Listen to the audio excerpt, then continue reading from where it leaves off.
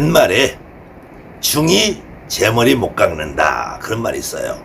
또 댓글에 다르신 분도 제가 손님에게 점을 볼 때 손님이 저에게 어떤 질문을 하고 상담을 했을 때는 대답이 술술 나오는데 막상 제 문제에 닥쳐서 제가 신령님에게 물어보면은 대답을 안 해주세요. 이렇게 질문하신 분이 계시는데 대답을 안 해주는 것이 아니라 여러분들이 대답을 억지로 들으려고 해서 그래요.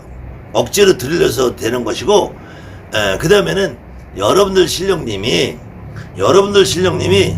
내가 바라고 원하고 희망하는 거를 다 들어주었으면 여러분은 지금 이렇게 무당노를 안 하고 있겠죠.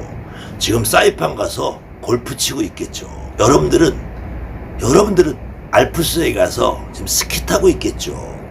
필리핀에 가서 수영하고 있겠죠. 여러분이 원하는 것을 신령님이 다 들어준다면, 신령님이 여러분 원하는 걸 들어줄 때는 언제냐?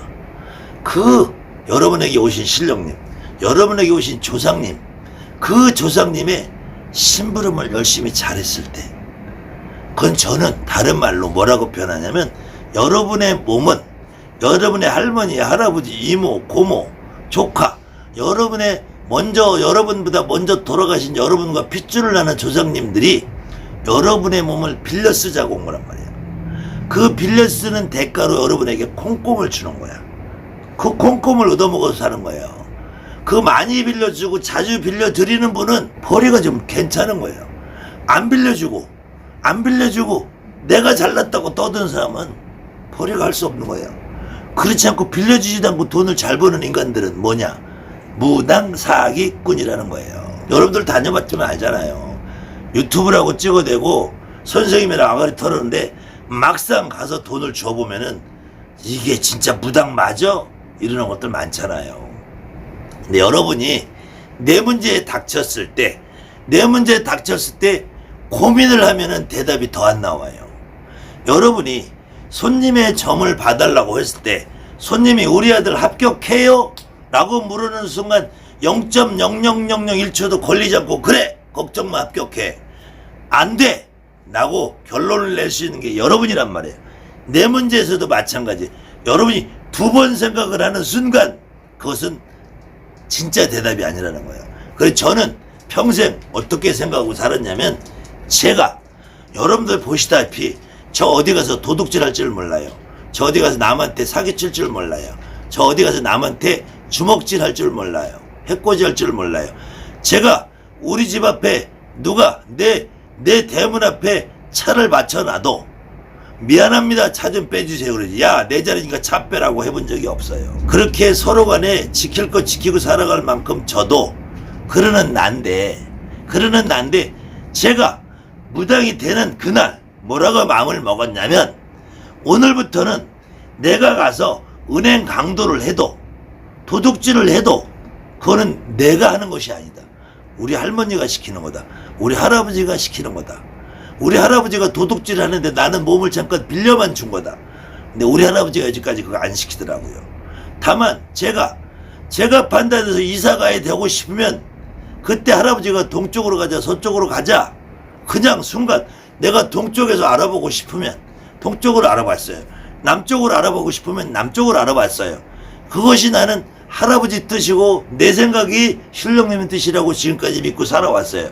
저 신령님한테 단 한 번을 제가 오늘 짜장면을 먹을까요? 짬뽕을 먹을까요? 제가 내일은 동쪽을 갈까요? 서쪽을 갈까요? 태백산을 갈까요? 백두산을 갈까요? 물어본 적이 없어요.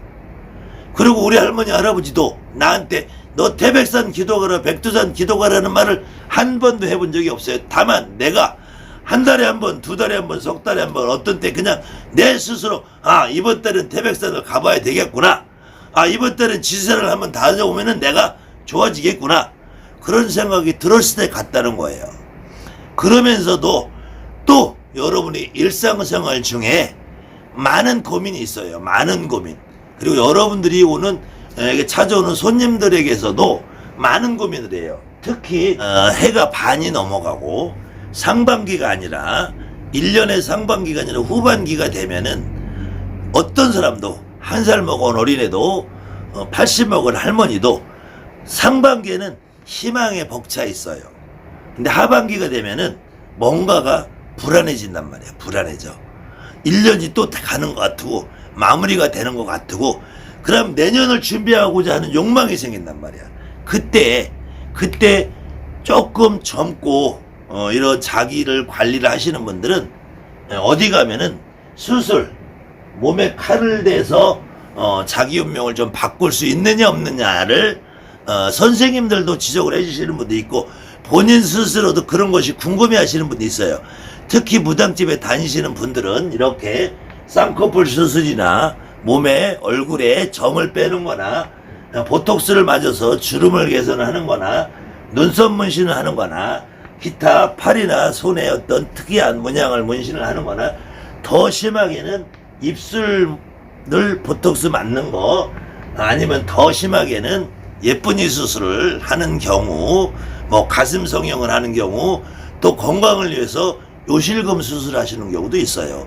이런 것들은 사실은 우리 생명과 직결되는 부분이 아닌데도 불구하고 이런 것들이 내 운명에 어떤 영향을 미칠 것인가 그거 역시도 마찬가지 여러분이 손님에게 대답을 할 때 0.0001초가 걸리지 않는 상황에서 그 다음에 손님이 먼저 질문을 하는 것이 아니라 내가 그냥 점을 보는데 너는 올해 눈썹을 좀 문신을 하는 게 어떻겠느냐 너는 머리를 좀 짧게 커트를 하는 게 어떻겠느냐 내년에는 너를 머리를 자르지 말고 좀 길러봐라 내년에는 이 팔자주름을 한번 보톡스를 많이 없애봐라 내가 저 손님이 물어보기 전에 하는 것이 훨씬 바람직하고요 손님이 물어볼 때도 내가 1초가 걸리지 않고 대답을 해주는 것은 그냥 여러분도 믿고 손님도 믿을 수밖에 없어요. 다만 무당이 나의 경우는 어떠냐 나의 경우는 지금 말씀드린 대로 이렇게 나의 외모나 미용을 위해서 하는 거는 가급적임 안 하는 게 좋습니다. 왜 그러냐면은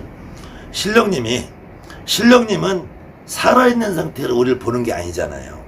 살아있는 상태 보는 게 아니라 신령님은 내 몸 안에서 이미 돌아가신 지 오래된 상태에서 나를 본단 말이에요. 물론 나도 어려서부터 지금까지 커오는 과정이 있고 어느 때는 머리 염색도 하고 어느 때는 화장을 했다 지우기도 하지만 그래도 이렇게 쌍꺼풀이나 점을 보톡스나 눈썹 문신을 했을 경우에는 그 신령님이 나를 못 알아볼 때가 있어요. 나를 못 알아보고 비슷한데 얘가 아닌가 이러면 그때부터 그 신령님이 내 얼굴에 익숙해질 때까지 손님도 점도 다 끊어져요. 그렇기 때문에 일반인들 여러분들 제갓집들은 충분히 해도 된다 안 한다 해도 되지만 여러분들 주변에 있는 선생님들 중에서도 아마 쌍꺼풀이다 점이다 보톡스다 눈썹 문신이다 입술이다 요거는 뭐 해도 될 것 같아. 거꾸로 안 보이는 데 있는 거니까 예쁜이 수술은 좀 하셔도 될 것 같아요. 요실금이나 근데 요거 눈썹 문신 쌍꺼풀 요거는 해놓고 좋은 결과가 있었다는 분이 있으면은 나와보세요.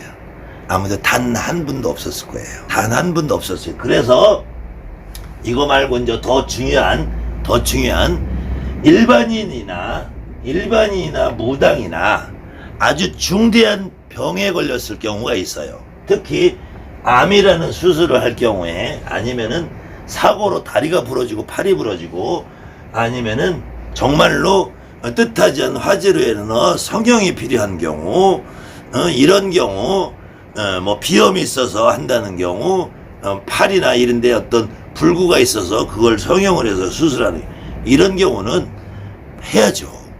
이런 경우는 해야 돼요. 반드시 해야 돼요. 그래서 예전부터 우리 어른들이 뭐라고 그랬냐 또 저도 지금까지 경험을 해본 바와 여러분이 내림굿을 받기 전에 두 가지가 있어요. 그냥 일반인으로 내림굿을 안 받아야 될 사람은 순수하게 몸병이란 말이에요.